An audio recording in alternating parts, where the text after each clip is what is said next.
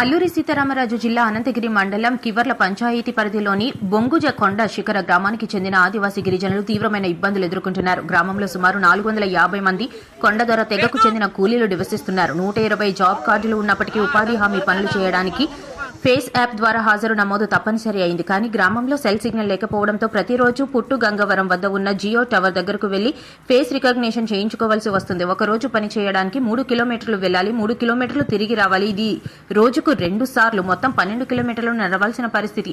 ఉపాధి పని 5 గంటలు అయితే ఫేస్ యాప్ కోసం మరో 4 గంటలు ఖర్చవుతోంది. గిరిజనుల డిమాండ్లు వెంటనే బొంగుజ గ్రామంలో సెల్ టవర్ ఏర్పాటు చేయాలి లేదా ఫేస్ రికగ్నిషన్ విధానాన్ని రద్దు చేయాలి.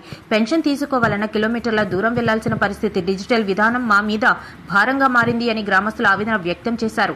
ఈ నిరసనలో సేదరి డేవిడ్, పుట్టబోయిన బాబురావు, పుట్టబోయిన గంగన్న, శిల్పారాం స్వామి తదితరులు పాల్గొన్నారు. సమస్య పరిష్కారం కాలేకపోతే జిల్లా కలెక్టర్ కార్యాలయం వరకు పాదయాత్ర చేస్తామని గ్రామస్తులు హెచ్చరిస్తున్నారు. ఇలాంటి ముఖ్యమైన వార్తల కోసం మా ఛానల్ ను సబ్స్క్రైబ్ చేయండి.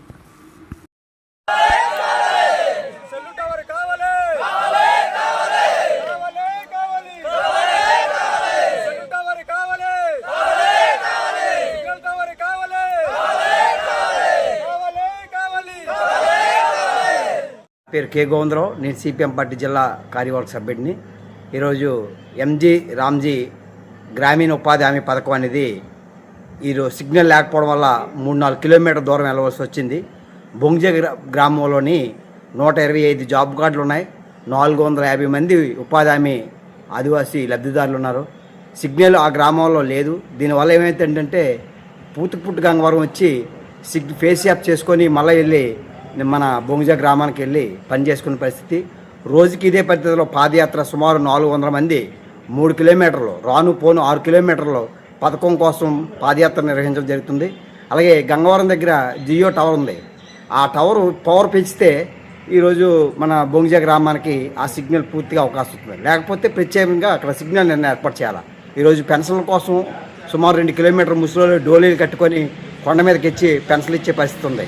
సిగ్నల్ వ్యవస్థ రాకముందు 2026-28లో ఇటు ఉమ్మడి విశాఖపట్నం జిల్లా చోడవరం నుంచి, దేవరాపల్లి నుంచి, అలాగే అన్ని విజయనగరం జిల్లా బొడ్డవరం నుంచి బొంగుజ గ్రామానికి సిగ్నల్ వచ్చాయి. ఈరోజు సిగ్నల్ వ్యవస్థ మెరుగుపడిన తర్వాత ఐటీడీఏ కొన్ని కోట్ల రూపాయలు ప్రభుత్వం ఈరోజు జియో సంస్థ కానీ ఇతర సంస్థలకు ఇచ్చినప్పుడు ఈరోజు సిగ్నల్ సక్రమంగా లేకపోవడం వల్ల ఎన్ఆర్జీఎస్ రామ్జీ పథకం అనేది అమలు కావడం లేదు. దీనికోసం అనేది ప్రత్యేకించి ఐటీడీఏ పిఓ బొంగుజ గ్రామాన్ని సందర్శించి ఐటీడీఏ ప్రత్యేకించి సెల్ టవర్ ఏర్పాటు చేసి ఫేస్ యాప్ని రికగ్నైజ్ చేయాలంటే ఒక సిగ్నల్ వ్యవస్థ ఇవ్వాలా. అలాగే మన పెన్షన్స్ ఇవ్వాలనే కూడా సిగ్నల్ ఇవ్వాలా.